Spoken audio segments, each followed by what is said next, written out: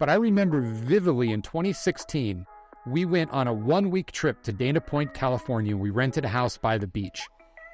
This was because of the success of Design Pickle. And this was a game-changing moment for our family. So the thing for me was always, how do I continue to take the success of the company and invest it into others through salaries and paychecks and make sure that I can grow the company and create more value for them? And then for my family, like, we're experiencing that win too.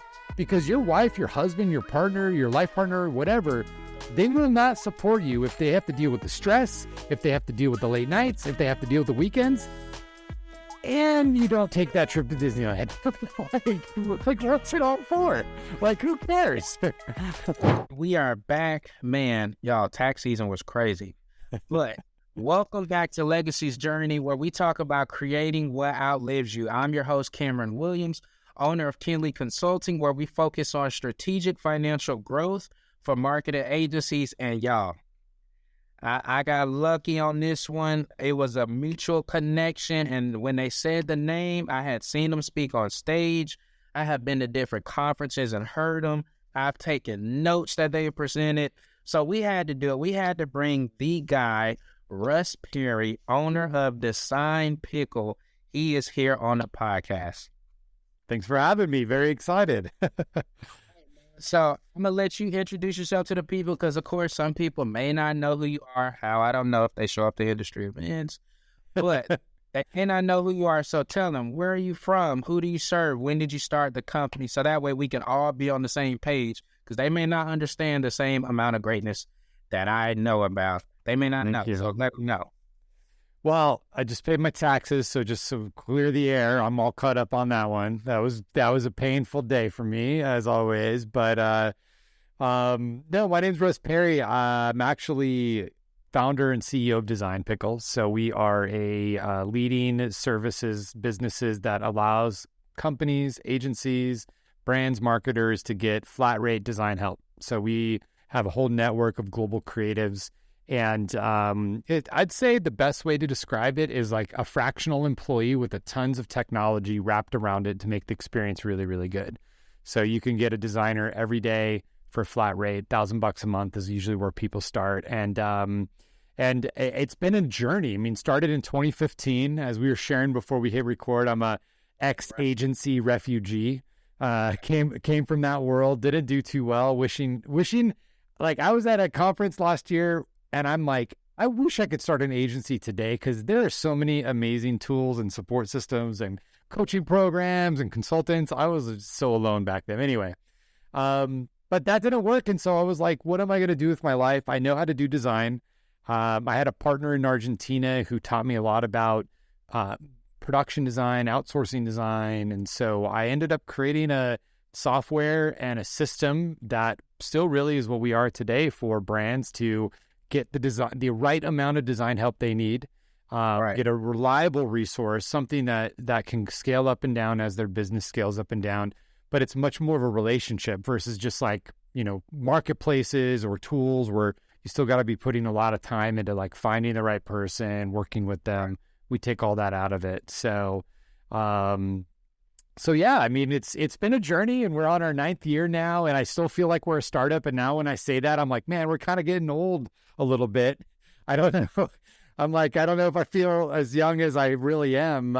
But all the new stuff coming out with AI, technology, design, we're really excited about. We're leveraging a ton of that coming up into our own tools and platforms. So I'm stoked. I think this couldn't be a better time to be in this space and love sharing value, love sharing my journey. Mentioned I'm a family man. I have 3 daughters, 17, 10, and 7. So actually, no, my 10-year-old just turned 11 last Monday. So I now have a 17, 11, and 7-year-old daughter. So that could be 2 hours of podcast right there. Like we need to stop and pray because I only got 2 girls and a son, and they're only 7 and 5, and I'm like. Well, I just had prom last weekend, senior prom, and I was bawling. It was a big day. So seeing my oldest daughter all dressed up with that. I'm not ready. I didn't know. And they're like, oh, they're going to get older. It's a lie. It's enough for them being 7 and 5. So. Yeah.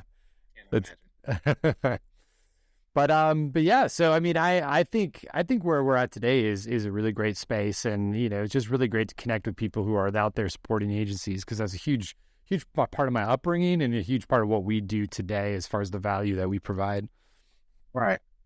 All right, cool. So look, now y'all got some context. I mean, and I'm gonna just name drop some stuff so we can, because I need y'all to really understand. Like, he said it real casual, he had the smile, the teeth is nice, shiny, but like, hey, they're an Inc. 5,000, one of the fastest growing companies for like the past 3 or 4 years. So it's not like he just came up with this random software. We serve 10 or 15 clients. Like, no. They're doing this at scale. He knows what he's talking about, and he's doing this at a level that clearly is with the spirit of excellence, and clearly he's honoring his team and clients. So we are super thankful to have you here. Let's jump into it. You ready? Let's do it. You had a story, so I want to hear this story. Well, look, this is just funny story about the importance of finance and the importance of budgets and plans. So I think you might enjoy this, Cameron, a little bit, this topic. So I remember when I was starting my second go as an agency with a partner. I'd always done it on my own. My partner was from Argentina. He's an economics major, and he was like, Russ, for our business, our agency, we need to create a business plan. And I was like, Federico, dude, we don't need a business plan. That's for the MBA schools. Like, no one creates a business plan. Like, I've been doing this agency thing for 5 or 6 years. I know how it works. I know what we're doing, our clients. He's like, no, we need a business plan. And I was like, dude, that's like, we don't, like, let's just get to work. We don't need a business plan. Him and I on this argument. So he's like, let me just work on one. I'll send it your way. And I was like, all right, fine. If you want to do it, do your thing. And he sent it my way. And you know what he sent me? He sent me an Excel file with the P&L budget. That's what he was talking about. He spoke Spanish as his first language, spoke English, but in the business translation, what a business plan meant to him wasn't about who's your target audience, what's your goals, what's this, as we might think about in more Western markets. It was like, no, the truest plan for your business is the financial plan. And I never forgot that. And when I started this business, it was always about what's my numbers, what's my margins, what are my COGS, what are all this. And I knew that going into Design Pickle. I could say I probably didn't know that for like half of my career before this, which is embarrassing because I was running the business. Like, I didn't know what gross margin was. I didn't know about forecasting. I didn't know about any of this stuff. And so I just share that as like a creative who now cares so much about finance and about planning and how that really is the business plan. It really is the business plan around that. But I tell that story all the time, especially for groups that may not love numbers and may not be like super passionate about it. It's been so important to our growth as an agent or as a company, as a software company, because without it, it's like you're lost. You have no idea what you're doing or where you're going. So I feel like I can say it any better than that. But I just loved how he was like, business plan. I was like, dude, we don't need a business plan. But really, he was like, you need to know your numbers, is what he was saying, which I now agree with. Yeah, and I think you hit on something very detailed. And I mean, that's what we tell not only our clients, but even in the content we put out just to educate and connect with people. Like, there's a point where you're just starting, name of the game, just make as much money as you can and make sure it's repeatable. Mm-hmm. But after that time frame, right, when you're creeping towards 250,000, 300, $500,000 and up, like, we have to start being strategic so that it's not just I guess or I think. Like, we can set up this financial system to where, hey, we can already project what you're going to make by the end of the year. We can have these dialogues. We can go over your goals, making sure we're staying in alignment. So that way, when we get to November, you're like, yeah, I pretty much know I'm going to owe about $100,000 in tax. But it's not a surprise check. Right. We've been working on and chipping away at and all of those. So, and like the level of stress that I had in my life, I was crazy. Like, I carried so much stress that was because I was unwilling to take some time to dig into the numbers and understand them. I would go months stressed out, so stressed. And then I would finally like do it. And at that time, I had a really crazy process where I just download bank statements and manually categorize everything and create these like, it's almost like torturous. Not recommending that solution. I mean, there's definitely tools out there that you can use, but I would spend 2 hours and I would be it would take me 2 hours and I would be on top of everything. And I would kick myself because I was like, I just spent 2 months worried, 2 months of worry, 2 months of juggling, 2 months of not knowing numbers and cash flow and payments and all of these things. And it took me 2 hours, and it probably could have taken me 20 minutes if I was using actually good tools and I didn't do it my crazy way. But look, 2 hours and I'm done and I'm on top of that. And I think for most entrepreneurs and especially agencies and people building and ideas and putting stuff out there, we carry way more worry and weight than we should. But the reality is like taking a little bit of time, like a little bit of maintenance every single month, every single week to just understand and look at. And now today, I love spreadsheets. I love forecasting. I love modeling. Design Pickle started off, the business idea for Design Pickle was a financial model. I said, how much does creatively typically cost for a company? How much do I think I can get it with technology and efficiency? What should I charge? What's my predicted? How many clients do I need to grow? Because I had a lot of consulting clients and I didn't want to do that anymore. So I was like, all right, how much revenue do I need to create? What's my margin? What's my profit so that I could slowly quit? And I ran my life off a spreadsheet for 12 months until I was full-time Design Pickle. And that's all I looked at. That was my business plan, like we were sharing. And I learned that, though, from many years of avoiding all of this topic that we're talking about. Right. And that stress carries into relationships, leadership, family, like, so. Yeah, and that's perfect. Like, I hope the people got that. Like, he just dropped a gem on y'all. I really let's okay. Think about it. He's literally saying, hey, at first I was stressed when I didn't need to be, and he took the time to go through and sort it. So that's what we always push to our people. Hey, get somebody that will help you. Okay, if you're not, we got a lot of people like, man, I'm just not a numbers guy. That's not my thing.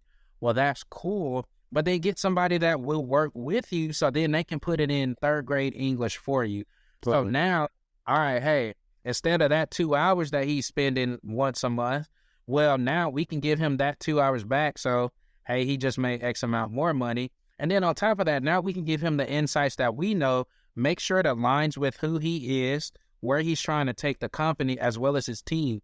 So, and it's the same thing that you do even with Design Pickle. It's just not the money side. It's more the design side. Hey, exactly. What are your goals? Which package do you need to fall in? What kind of support do you need? Where do you see your 12 months from here? And I actually just had this thought, let me thread it all together, is like we, especially small businesses, entrepreneurs, people building stuff, and shoot, even in large businesses, I see it all the time. We undervalue our time so much so that we will spend a crazy amount of time on stuff that does not at all produce the amount of value that we could produce if we were in our lane, if we were doing our thing that we love, that we're the best at. And so with finance, that was me for a while. I was spending so much time on stuff, and I was like, I just hire a finance expert. And then the weight that was lifted from me, I could then do sales and marketing and creative problem solving and all the stuff that I need to do. And then I see that the same with our clients. Our clients are so, like, they spend so much time hiring and firing and dealing with schedules and is this person available, is this not? I got to bid a project. I go in the marketplace. I review portfolios. And it's just like this never-ending amount of time that they're spending on the process of getting a designer, on the process of managing a creative, on the process of ensuring things are done on time, on budget. And we're like, you just go to our site and sign up and someone's designing for you tomorrow. I'm not trying to make this a pitch for Design Pickle. I'm just saying, like, you got to find the things that support you to stay in your lane. And that's the biggest thing that I have learned as a leader is, like, every time I find myself just lost with my energy and lost with my stress, I can probably tell you I'm spending too much time on something that's not my unique power, that's not my unique value. And whether it's hiring people, managing people, finance, whatever, we got to continue to stay aware of that, because often we are pretty talented. Business owners are pretty talented. They can do a lot. So we'll carry these hats for a really long time, not knowing we're getting crushed and crushed and crushed. I think that's okay. Y'all, see, I told you this guy is like... I've just made a lot of mistakes. That's all.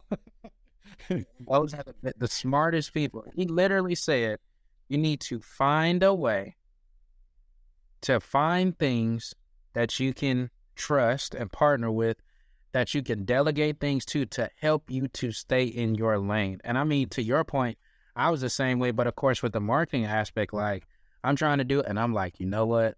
I'm trying to do all this stuff. I only know what I know, and I wasn't getting the type of results. I went and found a marketing person.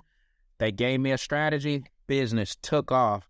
And I'm like, man, this feels better not having to put all this type of thought process into it, because it's so much. But I think that's awesome. And you're doing it at a high level. So it's not like, oh, I just gave them this one thing and I take care of everything else. Like, you're talking about across the board. Yeah. Every aspect of the company. And you even highlighted, like, now you have more time to think of the creative aspect. Where are we going to go in the future? What is our 12-month plan? Are we on track with our 3-year plan, et cetera, et cetera? So I think that was awesome. Yeah. And I will say, though, be careful, because one of the biggest mistakes early on when I was going down this path was like, I'm going to get people for this. I'm going to delegate this. You get a little bit of success. You get a big client. You can hire, you can get contractors, whatever. I over delegated parts of the business that I didn't fully understand myself. So by the time I outsourced and delegated finance, I knew how to run my P&L. I knew how to do budgets. I was doing it in a very crazy, time-consuming way I would not recommend, but I just did it in my own way that I knew how. And I wasn't even the best. I just understood it. Same with Facebook and ads. When we started doing paid advertising, I was the paid media manager. I knew how to do it. I took courses. I figured out how to do it. It wasn't sustainable. I could not do it forever. But the reason I learned it first was so that I could hire and delegate it and manage it, and I wouldn't get taken advantage of, and I knew what to do. The time I didn't do this and got burned was with sales. I hired a friend who I trusted, and he was an amazing guy. His name's Matt. Still really just a good guy. Matt was an incredible salesperson. I recruited him to come in. I handed off all of this to him. But guess what? I didn't even know how sales worked inside of my company. So how was this brand new person going to figure it out? And it was a total failure. Wasted time, wasted money, hurt our relationship a little bit because here he was a friend. So I would say the one caveat to this is do not put critical parts of your business onto other people until you know how it works and you can trust that you can manage that well, which often actually means you kind of got to do it yourself for a minute.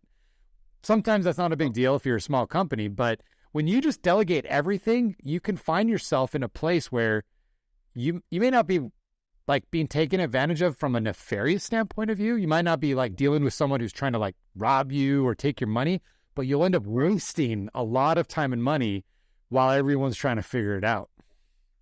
Right. Okay. I like that because, okay, I'm using myself. So like, I know in regards to like design, like that is not my area at all. So I would be the person that's probably the opposite. I'd be like, look, I understand this is not my area. I have no clue. I just know what I like versus what I don't like. Totally. Let me sign up. So you have those people.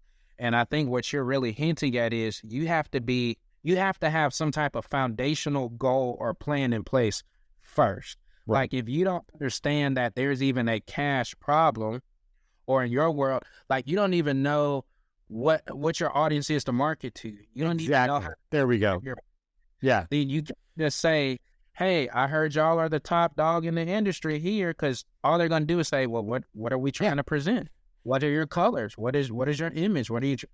Who are we talking to? What medium are we doing? Motion graphics? Are we doing ads? Are we doing printing? And if you're just like, I don't know, you pick. then they'll do it, but you might find that you're going through a lot of trial and error. So I don't really like that. Dude, this is your 5th revision. I don't know what to tell yeah. you. That's great. Okay, cool. I think that was awesome. But another thing you hinted at, so we talked about the 3 lovely ladies. Yep. And we know that you're killing it over here in the design and the industry space. How are you finding time? So we're talking about prom. We know that's the weekend, but I'm sure you were emotional because you were present, right? Like if you didn't care, oh yeah, my kid went to prom, you probably wouldn't even brought it up. But clearly you're spending that time at home with the family, but you're running this hugely successful company.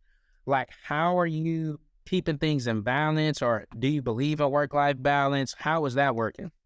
Yeah, so my relationship with each of my daughters is very different. My oldest daughter was from college. It was a daughter. I was never married in that regards, and so I've had a blended family from the beginning. Before I got married. Now my partner and I, with my 2 other daughters, we are learning about what it's like to be successful, what it's like to have all of these demands. And I think for me, I've actually journaling about this over the weekend, is like part of the struggle that I've had as a parent, especially parents of wide range. Like I've been a parent now for almost 18 years and I still got like 11 more years to go until this journey's over. Almost 30 years of parenting I'll have stacked inside of all of this. I struggle sometimes adjusting my vision of what my parenting and my fatherhood should be and support for my partner and everything, because I hold on to what it was. So when I was first a dad, I was 22 and a senior at Arizona State University. I had a 9-to-5 hourly paid job. I had no money for barely groceries. Like my mom still took me shopping sometimes to help me out. And moms. Yeah, shout out to moms. And then I grew, and then I had, I got married, I had my other daughters, but even still, I wasn't where I'm at today. And so I think the biggest thing that I have realized is that when I am winning as a parent, I am fully present, I'm intentional, and I'm available, but I also am not comparing myself to what I was a year ago or 2 years ago or 3 years ago. Because I think what happens for me, 3 or 4 years ago, Design Pickle was a fraction of the size. We had a fraction of the success. The demands were way different. I probably had a lot more time than I do now. And I'm like, wow, summer's coming up. I remember I spent a month in Italy and I just hung out with my family for that whole time. Why are we not doing that now? I wish I could get back to that. And the reality is, well, I could, but I also have a board of directors. I also have these demands. I have we have a lot of growth, a lot of people. I need to think about parenting in today's container and know that it's going to be different and different and different. And so that's been a big realization. I'm talking like days old realization for me, is that my role as a father and my role as a partner actually has to always be evolving, no different than our roles as leaders inside our company. And I honestly have never kind of put that together. I always knew that in the professional sense. Like I always knew that I'm growing as a leader, but I'm like, I'm also doing it as a parent too. How do I show up? How am I present? So I try to have a routine. I'm not traveling as much anymore, but aside from when I'm traveling, I have a daily, a routine for roughly each day of the week with the girls. So I do pickups from dance on this days. We do breakfast and coffees on these days. I do bedtime on these nights. And then during the weekends, it's like fully plugged in for them. And that's really dad time. So dad time is like putting the things aside, no projects, just total plans and routines that we have. Pizza night on Friday. And then now our holidays are a lot different. We try to do more, but less length. So we're taking, me and their mom are going to Disney World for the first time. And I'm like, that's kind of sad because I'm like, we used to do so many other things, but let's make that the best trip that we can. It's about the quality and the focus and the intention inside of that. So I don't know, I kind of a wandering answer, but I've been thinking about it. That's great because and again, another gym, by the way. I found myself like even question. I think that is freaking awesome because to your point, like there are times where I'm like, man, I used to always read a bedtime story. I used to always say, you know, the nighttime prayer or whatever it is. And it's like when, you know, she was 3 and, you know, my middle kid was 1. And to your point, like the business was just starting then. It was just different versus now I have a team. We have more clients. We have different goals. So I think the key point that you made there is you have to continue to evolve and adapt. All right. In that season, I was able to do this versus now everything has changed. They've gotten older. They require different things. So how can I do my best to be intentional on the time that I do give them versus giving them, well, I'm spending time, but it's 50%. You don't really care, et cetera. And I think, you know, I'm speaking to a dad, and I think, you know, there's unique relationships with sons and daughters, sons and moms, sons and dads. I think we also have to give ourselves a little bit of grace. Like, I love my dad. He took me camping like once ever, and I still cherish that memory. And I think that was a fantastic thing. And I'm like, am I doing better than the previous generation, roughly?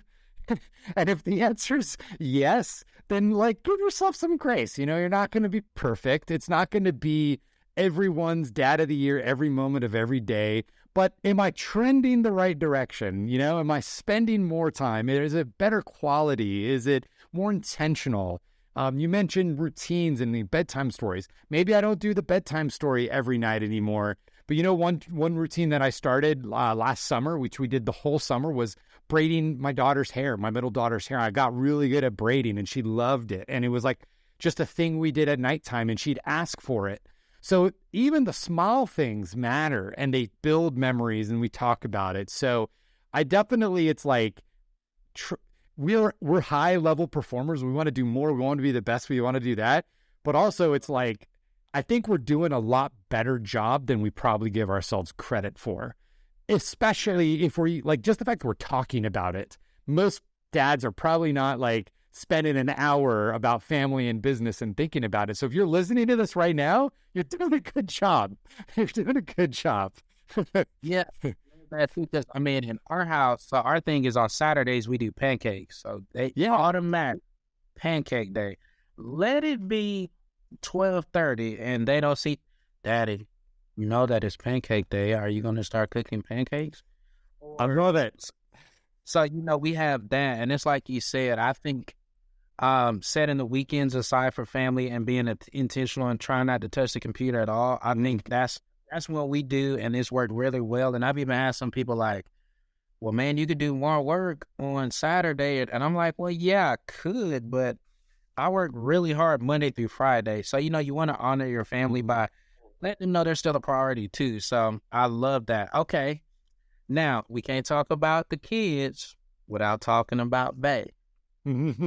Yes. So this is one of my favorite questions to ask. All right. Let me make sure I say it right. If we could go to Bay, when you told her, hey, I'm thinking about starting this new company, it's called Design Pickle, I'm going to do A, B, C, D, E, F, G, what was their initial reaction? So to level set, my wife and I have now entered more of a co-parenting relationship. We're now in like a separated state, but we're still close and we still spend a lot of time together. And that's been a big journey for me over the last year. But she has been with me and she still supports me every day with the journey and with the kids. And she was part of day zero, as I'd call it, which was the Design Pickle day in which we started it. There is no entrepreneur journey for me without her support. And Here's the deal, and I don't recommend this as the strategy. It's that my life was so dramatic and up and down with business and money and resources and stress. And, you know, I used to have a problem with drinking. I've been sober now for 10 years. And so like that was a stress management thing that caused tons of problems in our relationship. The fact that I had found something that at the surface was super simple, was straightforward, I was really passionate about, and over time started to return measurable financial impact to our family. Granted, she didn't know that at the beginning, but what she saw was like, I just don't want this anymore. This sucks. And so for anyone thinking about starting a business idea, if you can, and you have a partner or a spouse or whatever, and like I had created a hard life for us, not because I wanted to, but just because my agency was so up and down. It was seasonal. We had clients come and go, huge swings of big contracts. And I carried so much of that stress. So I was like, hey, I have this idea. It's an online business. It's small clients paying us monthly. The cash is predictable. It's recurring business. She was just like, sounds good. Let's do it. But she had already been through, I'd say 7 years of entrepreneur life with me that were really hard. So then at that point, now the bet is, hey, are you going to say what you're going to do? Like, are you going to keep this commitment to build this business? And that's what I mean, the actual measurable impact. When we were able to take our first family holiday, like we had never done anything during the summer, like extended, like we'd go on a trip here or one night here or do something. But I remember vividly in 2016, we went on a 1-week trip to Dana Point, California. We rented a house by the beach. This was because of the success of Design Pickle. And this was a game-changing moment for our family. So the thing for me was always, how do I continue to take the success of the company and invest it into others through salaries and paychecks and make sure that I can grow the company and create more value for them.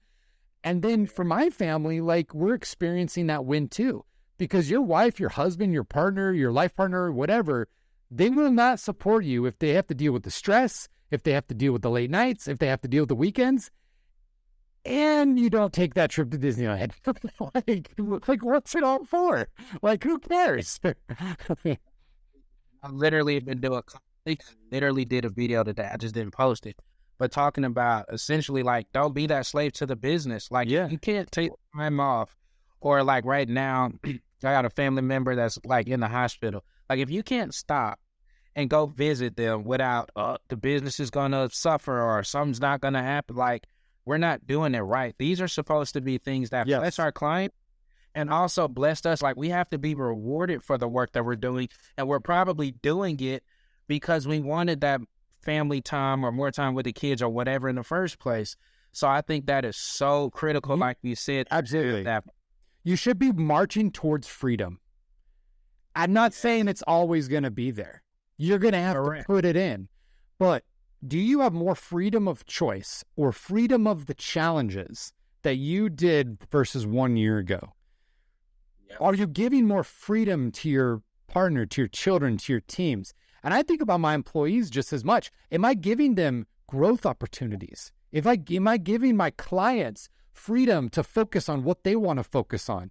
Am I creating that in all areas? And then with my family, like I remember when my wife, she was deciding to continue working or not. She got her master's. She had 2 jobs. She was doing all this stuff. She was pregnant, then had the baby, and then went back to work. And I was like, hey, at this point, I love it, and you can continue to work, but I think we can make it if you didn't want to work right now. You know, teachers in Arizona really don't make a lot. I know most states they don't.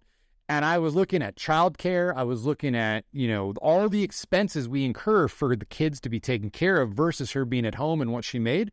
And I was like, look, it's not equal, but I think I can figure this out so you can have the freedom of choice around that. Right. And that, that to me, that was one of 2 moments when I felt like, man, this is working. The other was when I paid for my mom to go on a vacation with me. I was like, Mom, I'm going to pay for your trip. I'm going to pay for your hotel. And I was like, I have made it. Like, this is fantastic, Mom. Thank you. And I was able to invest in her and how much she's invested into me over time. So, that freedom thing is always and when I'm feeling that's not happening, that's when I know, hey, you might be focusing on the wrong things. You're holding on to the wrong things. You're not delegating.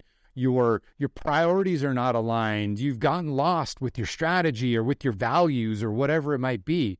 And that's a wake-up call for me. Sometimes I listen, sometimes I don't, and I find myself in a big mess, and I got to get out of it. So that is so good. I mean, especially with me just coming out of tax season, like it's the same thing. Like we know that there are some seasons like you just can't escape. Yeah. And my pretty much is understood like February to April, y'all know what time it is. But to your point, okay, I have to make sure that just because I've been in this crazy grind mode, once April the 18th is over, take a day or two, like I have to get back to letting them know that they are a priority. They were never not one, but let me get back to, hey, let's go do something fun. Let's go to the movies. Let's go wherever, because you have to make sure that you're always pointing back to your why, which is what you're saying. Because like you said, there's only so many times you're going to get to work super late.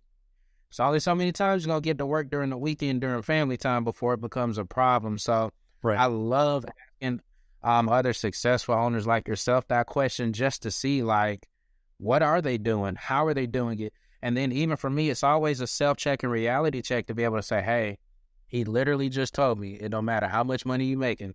If you don't invest that back into that freedom of time or that blessing of all that overflow and extra that you have back into your family, it's going to cost you somewhere. So I love how you went into that. Okay. Let's get to, we talked about this a little bit. What are some of the favorite things that you do to connect with your family on the off day? So you said like you try not to work on the weekends. Mm-hmm. So like, is there like a particular spot that you guys go to, or a particular, you said pizza nights or Fridays? Yeah. So I'll give you some advice that I got at a men's personal development event that I went to. I was doing a walk and talk. We were walking outside, you buddy up, you're in a conference room and you walk outside, you pair up and you kind of share exchanges of some tips and whatnot. And this gentleman, blanking on his name, I'll remember it halfway through. He's like, the thing that I do, because he had a lot of kids, and three's not a lot. Like I got some LDS friends with like 29 kids, and they, this is just three is barely like scratching the surface for some people I know, like Catholic families and big families like that. But point is this: he's like, I create intentional routines with each of my family members. Intentional routines, intentional things that they know that they can count on, look forward. And he said with his oldest daughter, which was close in age with my oldest, he's like, I go to coffee with her before school once a week. And I was like, that's it? He's like, yeah, once a week. I take her to coffee. And she's now in college, and she says the thing she misses the most is our weekly coffees. And so when she's in town, we try to do it. And I was like, all right, I was like, cute, that sounds cool. But I was like, hey, that's actually really easy to do. I could try that out. So 2 years ago, when I got this advice, I started to do Friday coffee with my daughter. And we're talking like 15 minutes, right? This is not like a big, long thing, not a big event. Like it's like, before she started driving, we'd go together, and then I would drop her off at school. Now she's driving, so we meet together, and then she goes to school. And I will tell you what, this has become the number one thing both of us look forward to every week. Like we love it. And if one of us can't make it or something happens, then it's like this huge, it's like we're missing Christmas. Like it's such an ingrained habit and ingrained routine for us. And I think to me, what other things we have is Friday pizza night. Every Friday we do pizza, and that was something that's super important for our traditions. I'm starting Saturday pancakes. Let's just say not everyone loves pancakes. So I'm figuring it out. Who likes what? Toast. My kid, one of my daughters is weird. She doesn't like anything sweet. So I got to do some eggs for her. She's more of an eggs girl. So I'll do eggs and natural protein. Yeah. But I think about like, what can I do that's simple enough and intentional enough to sustain that becomes part of our relationship? The big grandiose things I think are nice and they're fun and they create some really good memories. But it's not what really sustains inside of, long term and thinking about that. And so I'm always working on that. And for us as a family, summer, we live in Arizona. So like getting out of the summer is really, really important. So every summer for the last 4 or 5 years, We do big trips. We were doing international. Now we do Atlanta. We've done Atlanta. We've done Florida. But like making sure we take that time. This year we're doing Florida again, Disney and stuff, but make sure we take that time and we have those moments together.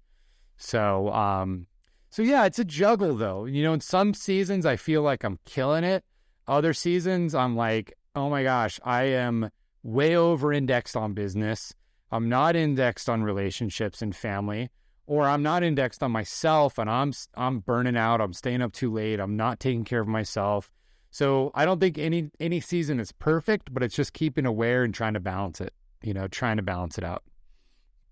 I agree.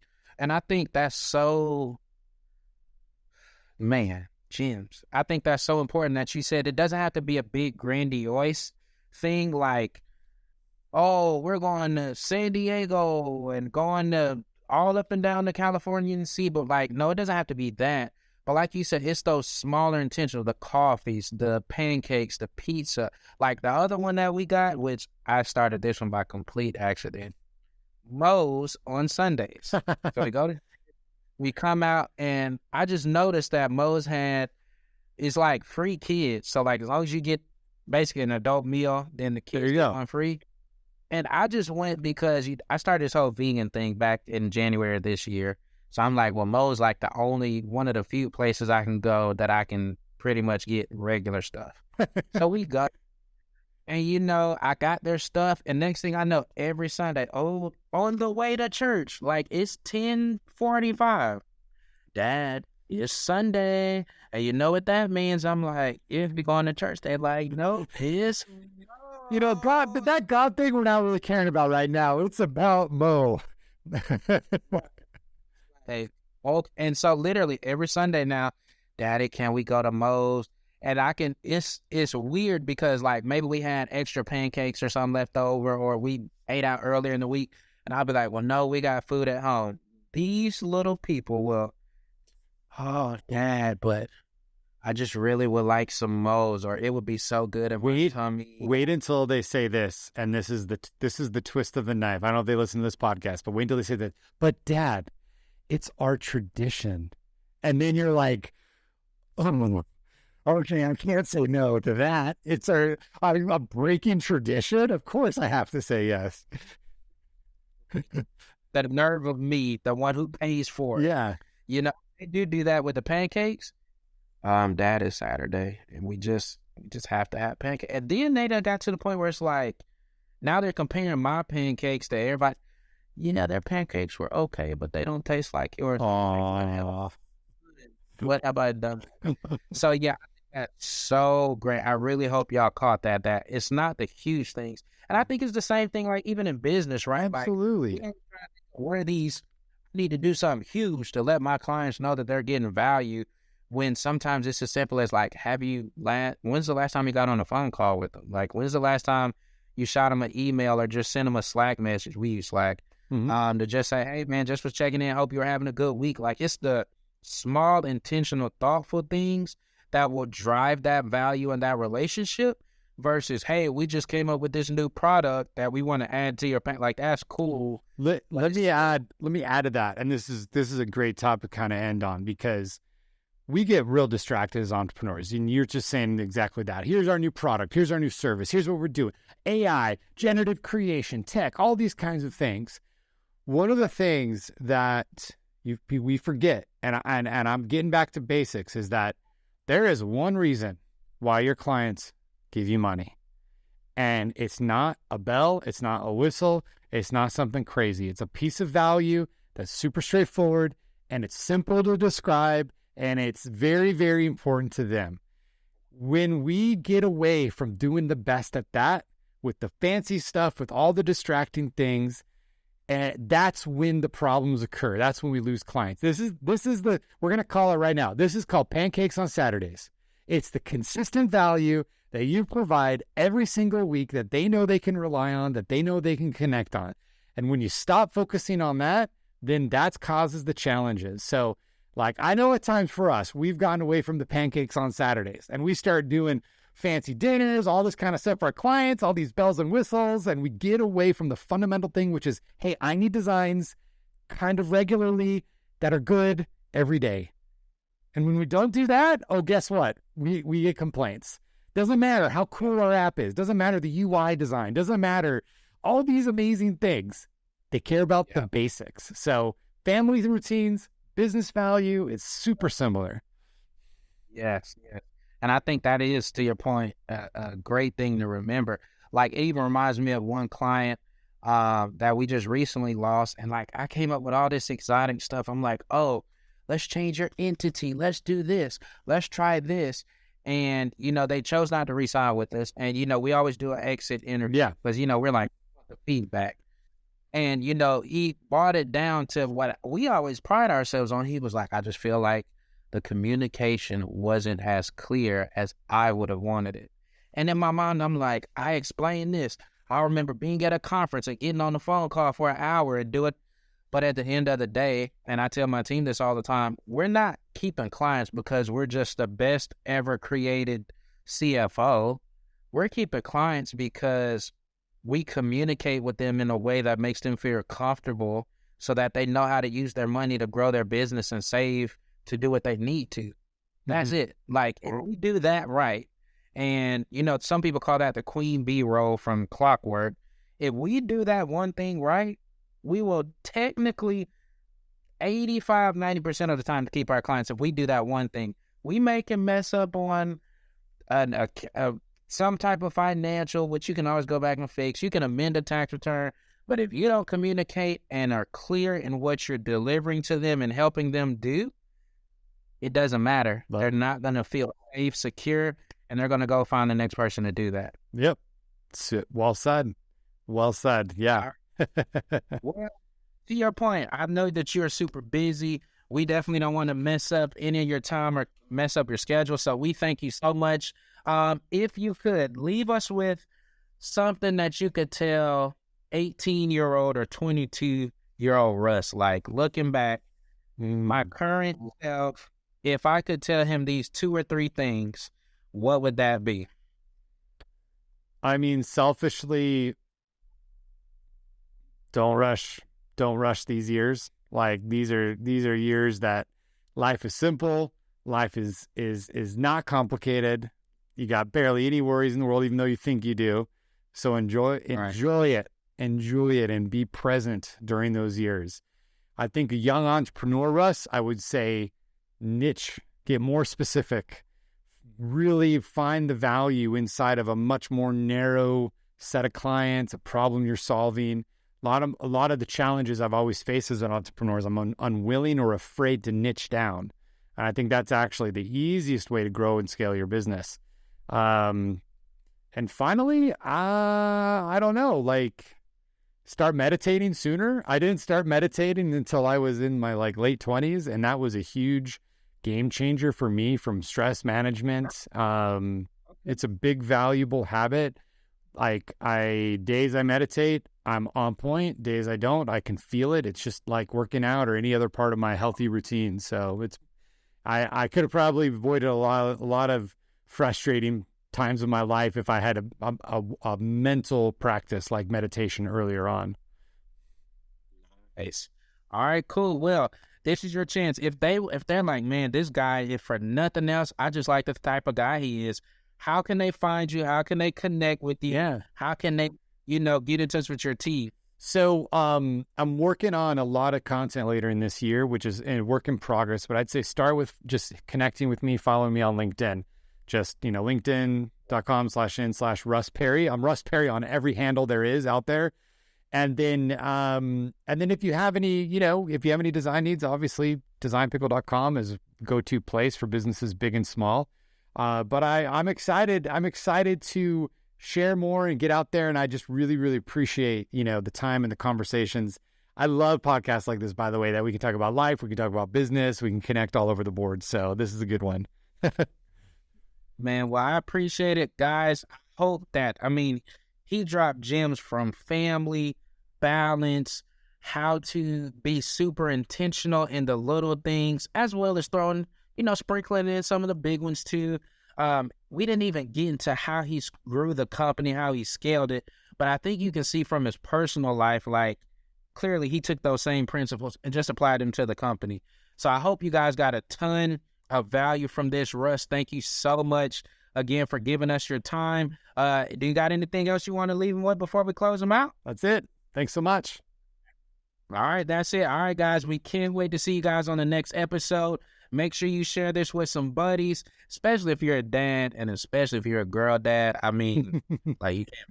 We got both. All right, we appreciate you guys so much and see y'all on the next one.